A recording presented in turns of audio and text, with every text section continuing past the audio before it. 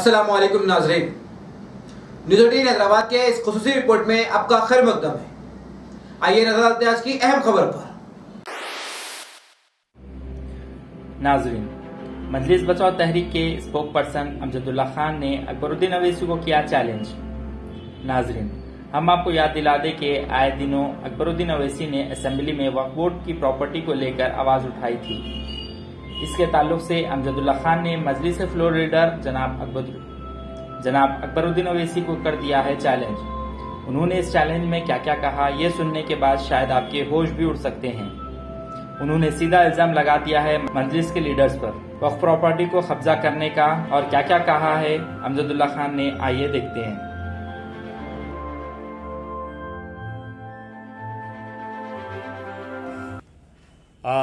मुसलसल 5 दिन से जो है असेंबली का सेशन चल रहा है और रोज़ाना जो है कोई ना कोई मुद्दे पर मोहतरम अकबरुद्दीन अवैसी साहब की स्पीच आ रही है।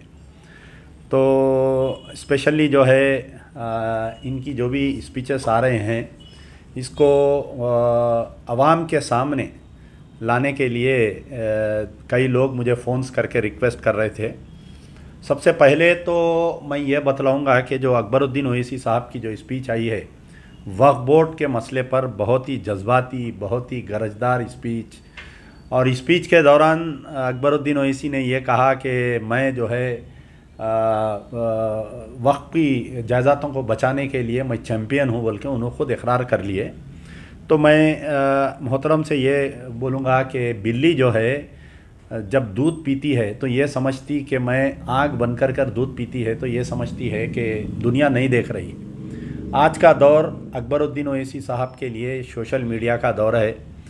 आप कितना भी झूठ बोलिए, कितना भी झूठ काम करिए, आप सारी बात जो है आवाम के दरमियान में है।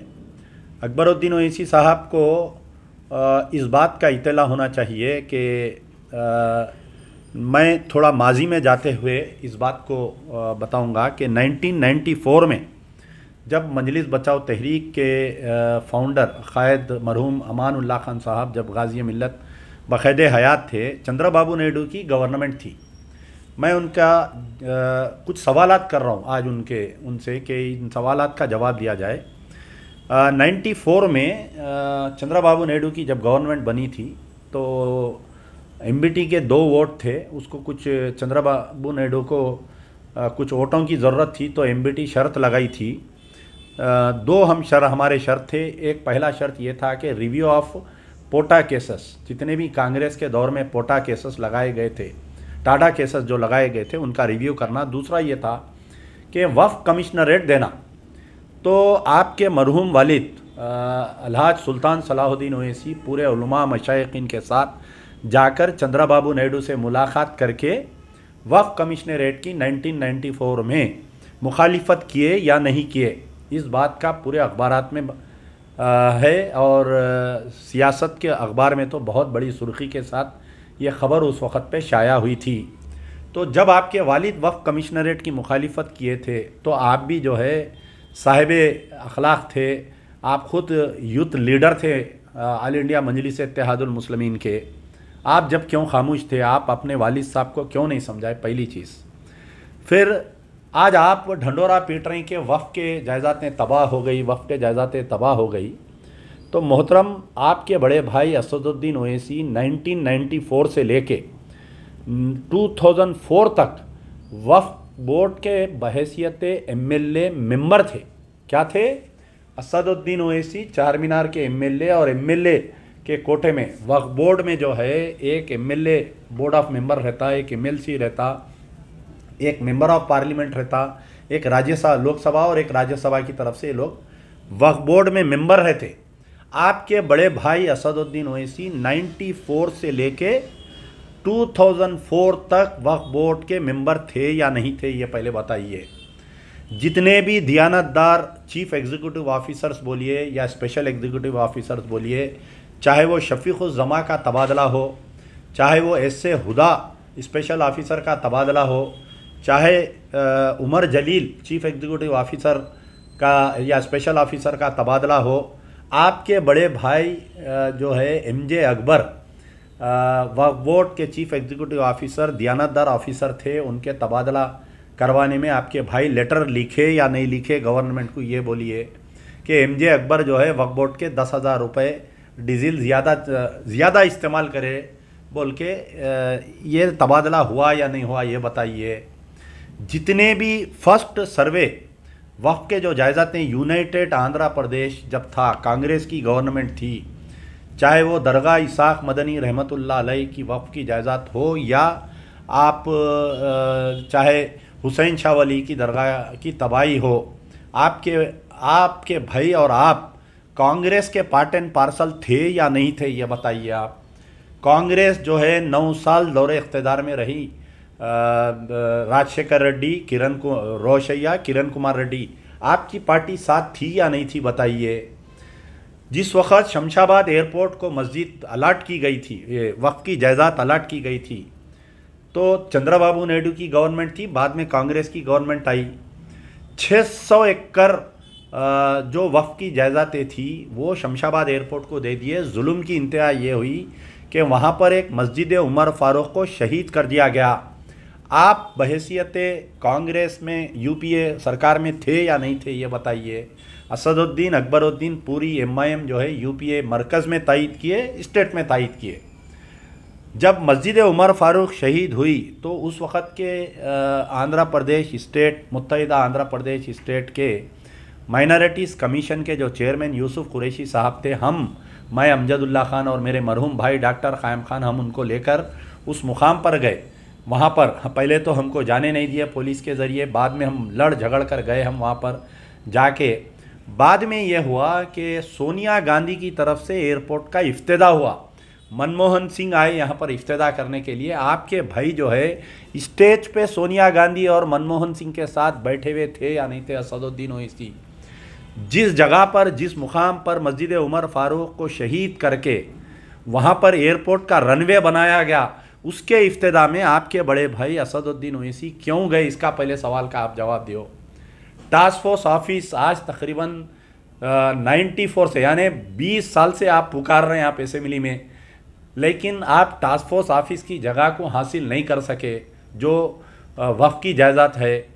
तो अब यहाँ पर मसला ये है कि फ़र्स्ट सर्वे में 33,929, फर्स्ट सर्वे रिपोर्ट में आपके साबिक़ा एमएलए विरासत रसूल खान साहब एक बड़ी ड्योढ़ी पे कब्ज़ा है बोल के उसमें बोले। फिर उसके बाद में आप उनको आसिफ नगर से इलेक्शन लड़ाए।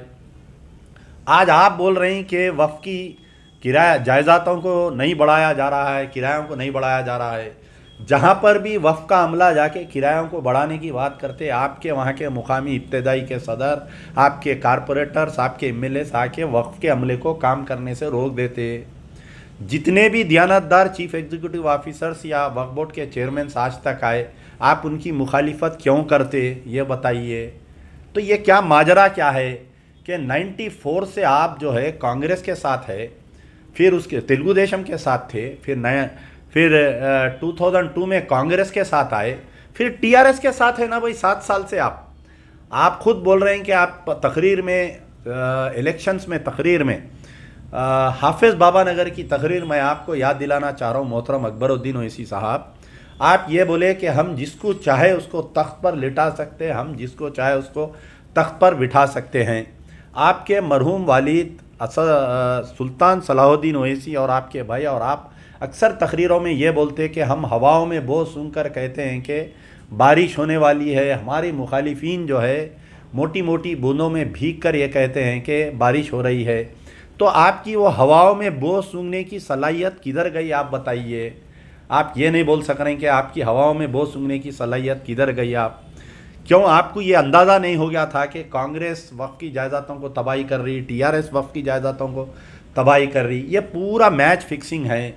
3 दिन पहले असेंबली के सेशन से 3 दिन पहले आप जो है गाड़ी बदल कर, कपड़े बदल कर, काले शीशों की गाड़ी में आप जाके चीफ मिनिस्टर से मिले। जब आपके कुछ रिपोर्टर्स को ये बात मालूम हो गई कि आप जाकर मिले, तो आपसे सवाल करें तो आप बोले कि मैं जो है सेक्रेटेरिएट की मस्जिदों की तामीर के लिए चीफ मिनिस्टर से मिला। तो ये तमाम जो उलमा मशाइकीन दानिश्वरान इस्लाम को आप ले जाकर पहली मरतबा सीएम से मिले थे मस्जिद की शहादत के बाद, उनको साथ क्यों नहीं लेकर गए? आप जाफ़र पाशा को साथ क्यों नहीं लेके गए? आप जो है जमात इस्लामी वालों को साथ क्यों नहीं लेके गए? आप अकेले जाके बंद कमरे में चीफ मिनिस्टर से क्या बात करें? ये पूरा एडजस्टमेंट हो गया। सीएम को आप बोले कि साहब मैं ज़रा असेंबली में पुकार लेता हूँ, बाद में आप जो है थोड़ा ढील दे देना, स्पीकर को बोल देना।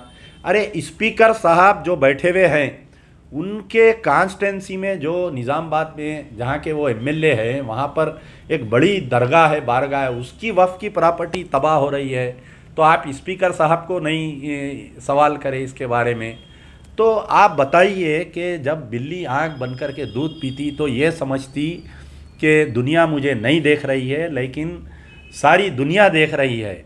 आप अकबरुद्दीन ओवैसी साहब, मैं आपको एक छोटी सी बात बोलता हूँ, आप गौर करिए। आपकी जो असेंबली की स्पीच है ना, आप तो पहले लंदन में लापता थे, लीडर ऑफ द अपोजिशन, आप लापता रहे 1 साल तक। कोविड में कई लोग मर गए, आपके खुद हल्के के चंद्रायन गुट्टे के लाखों रुपए प्राइवेट हॉस्पिटलों में बिला डाले। खैर छोड़िए, आज आप आए, आज आप आके तकरीर कर रही। जितने भी सोशल मीडिया यूट्यूबर्स पे आपकी स्पीच डाले हुए हैं, चाहे वो आप अबू एमएल का नाम लीजिए या हामिद रिपोर्टर का नाम लीजिए या कोई भी चैनल का नाम लीजिए, आप जाके खुद देखिए उसके नीचे एक एक वीडियो के नीचे आपको 300 साढ़े 300 गालियाँ हैं उसके अंदर। आप तो अवाम के नफ्स को समझिए। अब आप वो दौर नहीं है कि आपके वालिद साहब जो है सुल्तान सलाहुद्दीन ओवैसी पार्लियामेंट में वहाँ पर कैंटीन में बिरयानी खा के यहाँ पर भारत न्यूज़ से एक न्यूज़ छपा देते थे कि सुल्तान सलाहुद्दीन ओवैसी ने पार्लियामेंट को हिला दिया, तो लोग पढ़ के यकीन करते थे। आज जो है डायरेक्ट लाइव देख रहे हैं पूरा। और एक बात मैं आपको बताता हूँ, मस्जिद टोली का हाई कोर्ट का जजमेंट है। मस्जिद टोली की ज़मीन पर जो है कई शादी खाने बने, उसको तोड़ दो बोल के। I am challenging you Akbaruddin Owaisi, अगर तुम में दम है तो वो हाई कोर्ट का ऑर्डर इंप्लीमेंट करके बताओ। आप करके बताओ ना साहब। ठीक है, आपकी जमात में कारकुना ख़राब होंगे, टाउन प्लानिंग वालों को भिजा के बिल्डिंगों से पैसे वसूल करते होंगे, आप कंट्रोल नहीं कर सक रहे हैं, आपके बड़े भाई भी इन्वॉल्व होंगे। कम से कम आप अगर दियानतदार है तो आप कल जाके बल्दिया कमिश्नर से मिलिए, जाके ये हाई कोर्ट का जजमेंट है साहब, इसको इम्प्लीमेंट करो बोलिए। आप नहीं कर सक रहे हैं। आप जिस वक़्त में अब जो दरगाह हुसैन शाह वली का वाक़या है, वहाँ पर कौन कब्ज़े में है? लगड़ा पार्टी राजगोपाल कब्ज़े में है, और वो दरगाह की ज़मीन को कब्ज़ा करके उन्हें बेचा। जब ये तेलंगाना का और आंध्रा का मूवमेंट चल रहा था, उसको गिरफ्तार करके फलकनुमा में ला के रखे। आपके एमएलए अहमद बलाला घर से टिफ़िन बना के लेके जाके खिलाए या नहीं खिलाए, ये बोलिए आप समझ रहे हैं कि वो दौर अब चले गया। सुनिए मेरी बात, वो जज्बाती तकरीर करके, वो शेरवानी के बटना फाड़ के, मेरे को 50 गोलियां लगे, मैं कौम के लिए शहीद हो गया, मेरा एक गुर्दा ख़राब हो गया, ये सब बातें बंद करिए, प्रैक्टिकल में आइए। आप खुद ये बोल रहे हैं कि असेंबली में मैं ज़्यादा दिन नहीं जीने वाला हूँ, मैं ओल्ड सिटी को डेवलप करके जाना चाह रहा हूँ, वफ़ की जायदादों को बचा के जाना चाह रहा हूँ। मेरी आपसे एक अदबन गुजारिश है मोहतरम अकबरुद्दीन ओवैसी साहब, ऐसा अगर है तो कम से कम जाने से पहले एक बार सच बोल के जाइए। जाते जाते एक बार वास्ते अल्लाह के सच बोल के जाइए। मर के हर किसी को मट्ठी की ग़िज़ा बनना है। आप बोल दीजिए कि वफ़ के पूरा तबाह करने में मेरी जमात यानी मेरी पार्टी इन्वॉल्व है, मेरा बड़ा भाई इन्वॉल्व है, मेरे कारपोरेटर्स, मेरे एमएलए से एक बार आप सच बोल दीजिए। अमजदुल्ला खान आपको अपने खांधे पर बिठाकर आपके घर बंजारा हिल से असेंबली तक मैं लेकर जाऊंगा। यार जिंदा सोबत बाकी। नाज़रीन, न्यूज़ 18 हैदराबाद चैनल को लाइक, शेयर, सब्सक्राइब जरूर करें। इसके लिए याद दें, मैं इब्राहिम, अल्लाह हाफिज़।